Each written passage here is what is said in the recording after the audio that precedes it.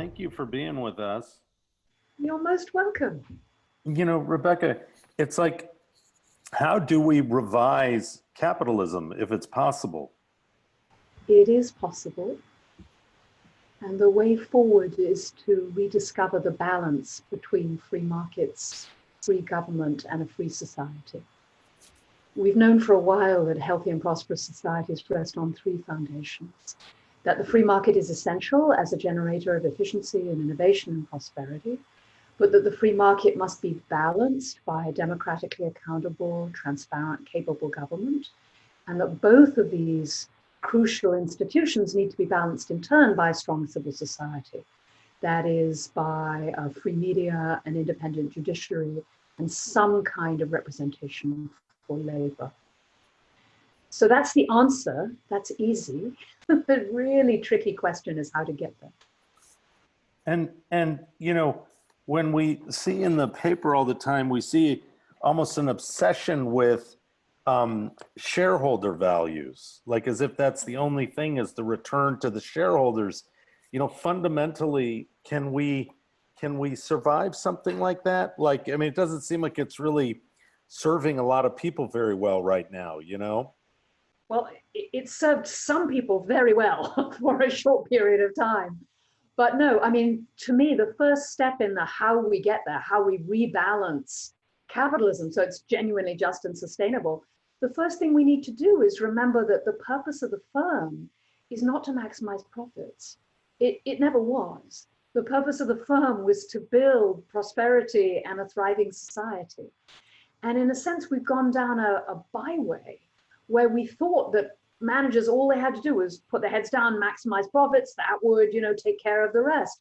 But it turns out if you don't have externalities properly priced, if no one is taking care of freedom of opportunity, and if you let firms change the rules of the game in their own favor, that maximizing profit doesn't give you prosperity. Well, it gives you prosperity, but it gives you a bunch of other things, like a planet on, where the climate is on the edge of breakdown, and galloping inequality and institutional breakdown. So absolutely, I think rediscovering purpose for firms is a critical part of the puzzle. I mean, when you say externalities, like how do people understand what an externality is? Let's say I'm going to buy a bottle of Fiji water. Like, what are the externalities of the Fiji water? So your bottle of Fiji water had to come from Fiji. So someone had to put it on a boat and send it across, and that boat burnt fossil fuels. And let's suppose it was using coal, that's kind of old fashioned, but that happens to be the one I know the exact numbers for. Let's suppose it's a coal powered boat that's coming across the ocean. So for every $10 worth of power that coal engine is generating, that causes at least $8 worth of harm to human health and at least $8 worth of environmental damage. Why? Because when you burn coal, it throws toxins like mercury and lead into the air and particulates that get into people's lungs. It causes literally millions of deaths every year. And in the US, hundreds of billions of dollars in healthcare costs. So that's an externality, right? You're just carrying the Fiji water across the ocean. You don't see all these people getting asthma or the people dying from respiratory conditions. And similarly, you don't see the climate damage that coal-fired power is causing. And those estimates I gave you, like $8 worth of human health costs and $8 worth of environmental costs for every $10 worth of power, those are conservative. I mean, my friends in the School of Public Health and the Department of Economics suspect they're actually much larger. So, these externalities are not just this little rounding error. My colleague George Serafim helped found something called the Impact Weighted Accounting Initiative. And one of the things they've done is put up data for 1,800 large firms as a first pass estimate of how much environmental damage are these firms causing. And they find that for a third of the firms in their sample, the environmental damage those firms are causing is more than the profits. I mean, it's stunning. This is not rounding error. So these externalities are a huge, big deal. And I haven't even started to talk about the social externalities. I started with climate because it's sort of easy to get, but firms are generating very significantly negative effects on a wide variety of other things. You know, one part of it is changing the culture of a company, but in order for us to really understand this as consumers, you know, me and Priscilla aren't economists, you know, as consumers, we have to understand that we may have to give up something in order to create a more just world. Our prices might be a bit more expensive. We may have to choose things as a group of people. You know, when we talk about sustainability, we talk about these different kinds of ideas. What do we as individuals have to give up? It depends. I think sometimes people say, oh, we can't address these questions because the costs of doing so are just so high. But yes, you may have to give up a little. For example, buying renewable energy in many parts of the world costs maybe 3 or 4% more than buying fossil fuel driven energy. So for the average family of 4, don't quote me on this, but it's on the order of a couple of $100 for a family, which is not insignificant. But let's be clear what you gain. What you gain is we slow down climate change. You know, if you're a Californian and you've just had your house burned to the ground, or if you're in Bangladesh and you've seen a third of the country disappear under salt water this summer, you're thinking maybe that trade-off is worth making. So yes, there will be short-term costs. The good news is I think they really are minimal, and that once we get going in this direction, the incredible power of human ingenuity will start making them cheaper in all kinds of ways. But yes, it is a short-term cost, but for a very significant long-term gain. So, you know, it's interesting because you started with a couple of things. You said the managers, if you will, have sort of, I'm going to use the word that you didn't use, but sort of co-opt the opportunity. And so they're running with something perhaps. You've got people running companies, and then you have the consumer, and you have the story that's out there. And then you also have the access to a product that you might need a little bit more money to actually obtain. So there's a lot of really complexity to what you're saying as to how we could start to see this change. You need change to be happening on all these different levels, and at the same time, an interest in fairness, an interest in access to justice, an interest in climate justice. So how do we think about, you know, what you're talking about, which we want to have with all of the complexities that really exist in the world? We break it down into pieces.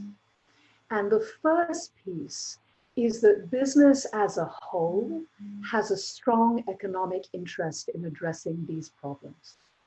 If you, Priscilla, owned all of business worldwide and somehow weren't a rabid monopolist, but we'll put that to one side, but just suppose business was you, my guess is you would be very interested in solving climate change, because once all the great coastal cities are underwater, when hundreds of millions of people are migrating north because the harvests failed, you know, this is not good for business. So fixing climate change would be a good thing collectively.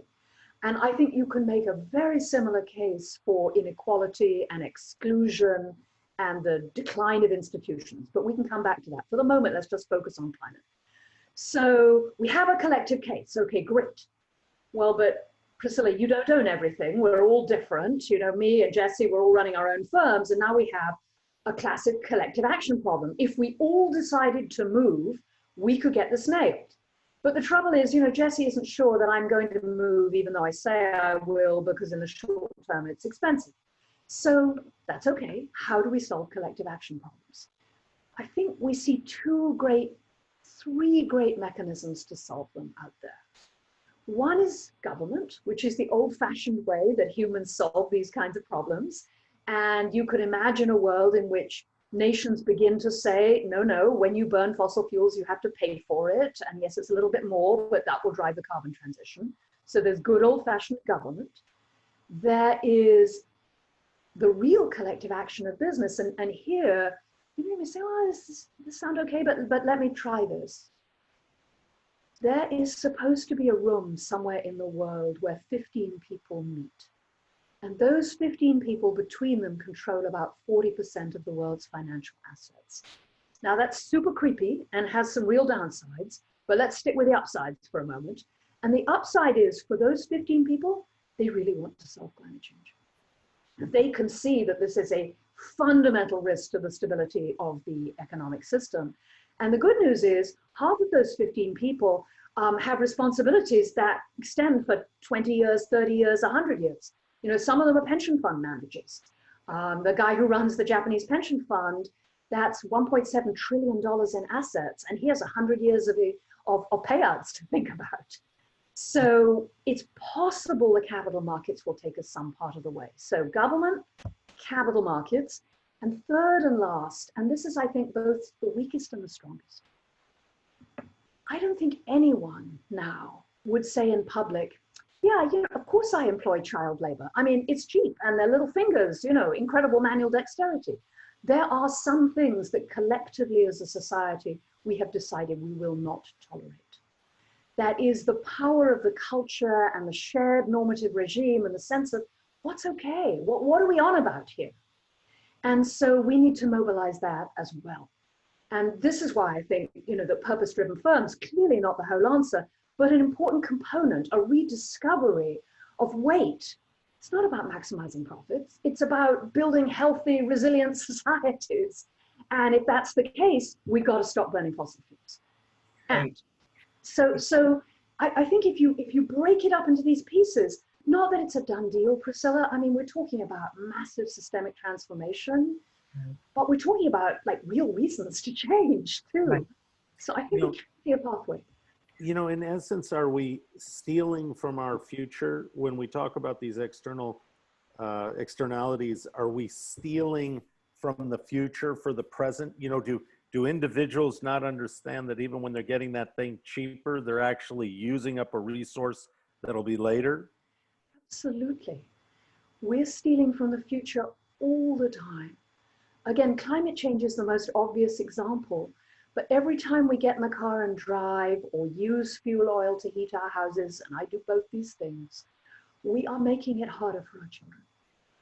And every time we underinvest in education or in healthcare and feel somehow okay with the idea that because you're born in the wrong zip code or with the wrong color skin, that you don't get adequate education or adequate healthcare, we're stealing from the future because, you know, kids are going to grow up with nutritional deficits right here in the US. Half the kids, half the children in the country are on subsidized school lunches and are at risk of nutritional deficits. I mean, and this is crazy because we need, let me put on my capitalist hat.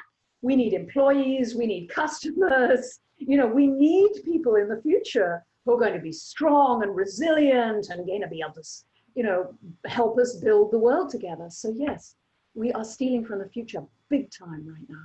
You know, if we did some work for you know, one organization that bought a bunch of fishing, a fleet of fishing ships, and they sold them back to the fishermen who had previously owned them under the conditions that they were salmon fishermen, that they would fish responsibly, right? And this organization had enough money and enough brain power to make that the innovation. But is there something about human beings, are they, you know, and I don't want to talk about them negatively, but it's like, is there something about them where it's like, well, I just am a fisherman and I just need to keep fishing this thing out till there's nothing left? Is it a fundamental change that has to take place about being in balance with, you know, our environment on all sorts of different levels? So the way I think about it is that for the last 20, 30, you pick a number of years, our society and our culture has really emphasized me right now and has sort of propagated the idea that if you just pay attention to yourself and you really maximize your situation right now, that somehow everything is going to work out. And what's so odd about that is, think about the great faith traditions. I mean, no disrespect to any individual tradition, but my sort of summary of one of the central teachings of every great spiritual tradition is caring only about yourself and the present moment is a deeply unskillful way to live your life.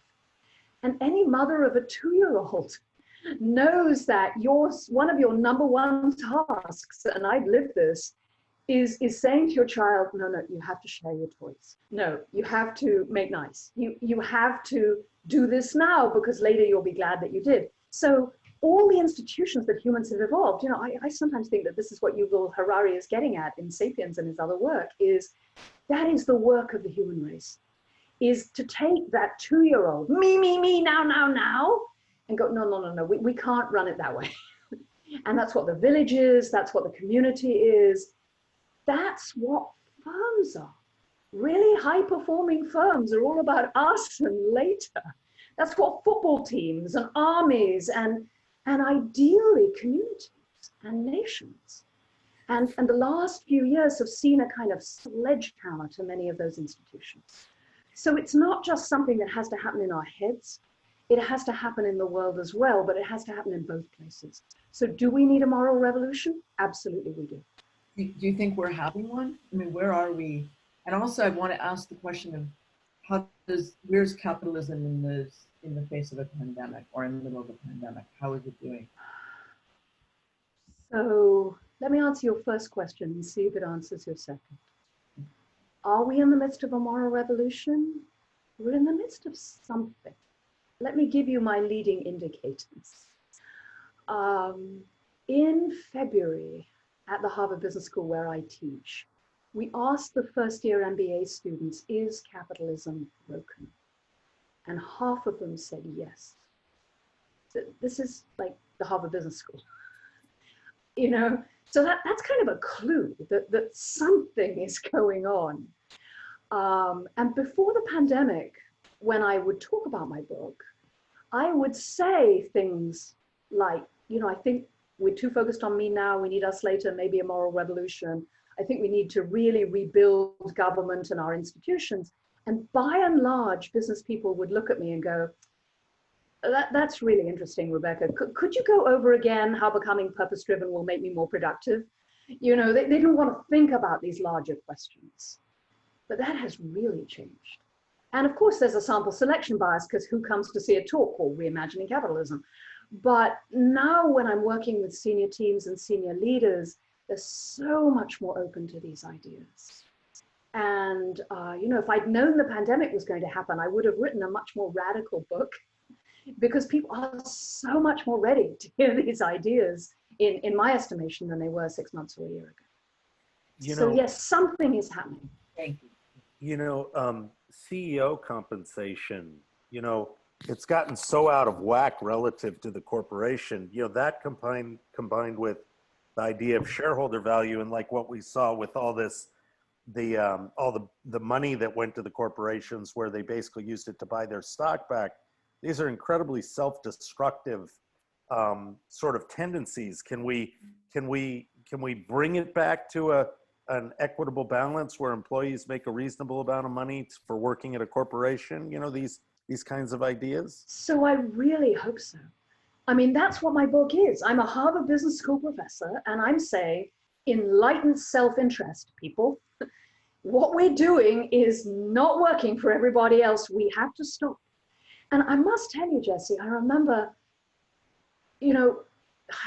so let me give you another indication. My colleagues have been putting me into executive education courses at Harvard for the last 10 years. Mm-hmm. So, okay, now's your spinach. Rebecca's going to talk about the world is ending and you should think about sustainability. Right. And 10 years ago, I would get rankings of like 3.5 out of 7, which is not good. I'm a good teacher. I am not a 3.5 teacher, but that's what I was getting. And over the last 10 years, it's been going up and up and up. And now when I go into a classroom like that and I say, if we don't fix this, you're going to get left-wing populism or right-wing populism, and you're not going to like either of them. Mm-hmm. People go, could we talk about that? I mean, so you're asking me, could it happen? And what I'm replying is, there's at least a recognition that it needs to happen, really. Yeah. And I'm now hearing major CEOs saying it's absolutely, just this morning, I was on a panel at the Millikan Institute with the CEO of State Street and a guy who runs one of the big investment management firms. And, they were saying, we have to have a price for carbon. We must have a decent safety net. This is absolutely central to rebuild our society. It was like, whoa, what happened? Yeah. Will they say, and you absolutely must cut my pay? That's going to come a little later, I think. Yeah. Yeah, I'm sure. What's the link between capitalism and democracy? Because all of it, right? So do you need a healthy democracy to have a free market, and et cetera? What's the interchange? And what you said to your students, you're either going to have a left wing or a right wing. Well, we do. Now we do. Yeah. Yeah, So yeah. who's going to save us now, Professor Henderson? So I literally I put a piece in the Harvard Business Review, Big Ideas series. So this is supposed to be a big deal, comes out every other month. And they said to me, oh, Rebecca, typical big idea gets 300,000 views. So I got super excited, right? And my big idea was free markets need free politics. Now, my mistake was it published March 15th. Very bad idea. Right. Right. People were thinking about other things. But do I believe that free markets need free politics? Absolutely, I do. Because you can think of free markets as a game, right? It's very competitive, and I'm going to make a sports analogy, which is super dangerous given I'm both British and female, but let's try it. Right. So, in a game, you have to have rules. If you're playing rugby and you're running down the pitch, you have to have a rule that says pounding on someone with a hammer is not okay. Or buying the referee lunch to make sure he calls the goals in your favor. That's not the game. And free markets are like that. They only work when prices reflect real costs. So we're really pricing those externalities. They only work when firms can't manipulate the rules of the game in their own favor. I mean, that's not the free market when I can go to government and get a rule that gives me a monopoly or gives me other kinds of advantages. And so where do you get a government that can hold a free market in check?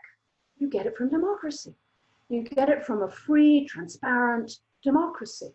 And that's why I'm literally saying to the business people I'm working with, your number one goal is to advocate, to lobby for getting business money out of politics and to lobby for the end of voter suppression and the end of gerrymandering. You've got to strengthen the democracy or you will lose the game. In a, oil, it used to be there was OPEC in a few different places that had oil. Now the oil is just a huge market. How destabilizing is it for our world economy that the price of oil keeps flexing all the time? So we can't just, the investment in renewable energy goes away and then it comes back and then it goes away. And the instability of that, how does that hurt our world? It makes it harder to manage the transition. If we were God, well, if I were God or world ruler or whatever you like to call me, every time the price of gasoline fell, I would keep it steady and I would charge the difference as a price. So if gas was $3.50, everyone was dealing with gas being $3.50, okay. Suddenly gas is really cheap, it goes down to $2.12, at the pump it's still $3.50. And I take that money, and if I do have total control, I actually give it back to people. I send everyone a check. So when I make fossil fuel more expensive, I take that money, I divide it by every man, woman, and child in the US, and I send them back a check. Because that's where the money should go. And so I think one of the roles of an effective government would be to balance out these fluctuations. The good news is it's not the business it was. Shareholder values in energy, in the conventional energy sector have been falling. Many of the big energy majors are beginning to really try and manage that transition, but it's a huge industry. It's been one of the central foundations of the modern economy for over 100 years. Here you are educating minds. You're at arguably one of the leading, institutions that's going to create new business leaders. It's really, to go back to the beginning, is this story of leadership. So just, from your perspective, or kind of leave us with a thought around the idea of what it's going to take, to reach some kind of a future place where we're not stealing from the future anymore, but actually we're building towards it, and we're bringing a lot more people along, and that the decisions that we make as business leaders are going to be inclusive and are going to think about supply chains, are going to think about the impact that we have on people, on the environment, and that sometimes it's just this ingenuity or a new framing or looking at a problem differently. So give us a little hope about that, please. So here are the two things. First, the imminent threat of going bankrupt is a huge help. The more you have a sense that the status quo is completely unacceptable, the more the costs of change look well worth bearing. And the world's on fire. And it's clear that what we're doing is not working. And there's enormous pressure for change. So sort of check on that one. And it's just going to get worse. If we do nothing, it's going to get worse. It's a sort of self-correcting system in that way. You know, the world is going to keep hitting us with signals until we act. So that's good. The second thing I learned is that those firms that changed were those that had to change. They had to have a business case. There had to be, you know, yes, you have to explain why this is going to make money. So you can't get silly. But the firms that really made the leap were those that wanted to do it. And the story that captured it for me was when I was working with a large pharmaceutical company. And they had decided to transform their business to be around so-called, it's been a few years, so I forget the precise term. What it was is every time you sold a drug, you would sell a diagnostic test. And the head of marketing came to the CEO and said, but if we do that, we can sell less drug. Because there's going to be a whole bunch of our patients that the diagnostic test, and our sales are going to go down. And the CEO of the company, it happened to be a very values-driven company, very values, and said, so let's get this right. You want to keep on selling drugs that don't work to sick people. Don't do that. Yeah. You know, he just completely reframed it. And the guy was like, oh, yes, right. What was I thinking? Yeah. You know? Yeah. And that company was able to make that transition. And so this sense of purpose that you want to change. And so why am I optimistic? Because what we're doing now, I think, offends the deepest moral instincts of nearly every person on the planet. Yeah. You know, my favorite cartoon is of Tom Toro from the New Yorker. It's that group of ragged children sitting around a fire, and in the backgrounds are the ruins of civilization. And there's a man in a ragged business saying, well, yes, we did destroy the planet, but for one beautiful moment, we created shareholder value. Everybody finds that like funny, disturbing, horrific, because that's where we must change. We cannot leave a world to our children that is, you know, literally on fire and so divided. Yeah. Yeah. Thank you so much. I hope that we can speak with you again. And we really do believe with you that we have to change. You know, sometimes people say, are you optimistic? And I'm not optimistic in the sense of, oh, sure, yes, we're going to do this. Absolutely not. I think we're in a desperate situation. Yeah. Could we do it? Yes, we could. We really could. Might we do it? Yes, we might. Yeah. So that's where I hang my hat. That's what gets me out of bed in the morning. Rebecca, thank you very, very much. This was a wonderful conversation. I hope we get to speak again soon. I hope so too. Thank you very, very much. I've really enjoyed it. Wow, she was really great. You know, really insightful things. I hope there's enough time to be able to change the things that we need to change. You know, that's the only thing that concerns me. Okay. Yeah, we have more to talk about. I'd love to see how her thinking, you know, can be applied. I love the idea that we're going to, we've talked about this for years, Jesse, shaming corporations, the public shaming corporations to do the right thing or companies to do the right thing, right? Yeah. We're not going to support you if you don't do the right thing. And then also imagining products that don't have to take a supply chain from one part of the globe to another. Anyway, there's a lot to think about. Food for thought. Okay, I'll see you on the next one. Yeah, the next one.